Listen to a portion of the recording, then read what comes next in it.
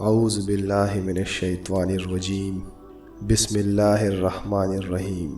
تمام سننے والے دوستوں اور بہنوں کو السلام علیکم۔ آپ دیکھ رہے ہیں رمیسا اسفن وائس چینل، ایک ایسی جگہ جہاں 400 سال تک مسلسل تلاوت قرآن ہوتی رہی۔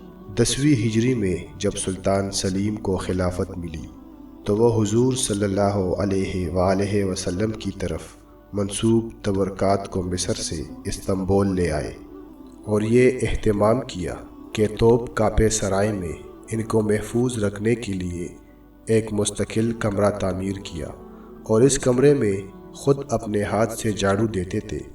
اس کے علاوہ اس کمرے میں انہوں نے حفاظ قرآن کو مقرر کیا کہ وہ 24 گھنٹے یہاں تلاوت کرتے رہے۔ حفاظ کی ڈیوٹیاں مقرر تھی اور ایک جماعت کا وقت ختم ہونے سے پہلے دوسری جماعت آ کر تلاوت شروع کر دیتی تھی۔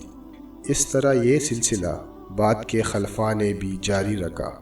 اس طرح دنیا میں شاید یہ واحد جگہ ہے جہاں 400 سال تک مسلسل تلاوت قرآن ہوتی رہی ہے اور اس دوران ایک لمحے کے لیے بھی بند نہیں ہوئی۔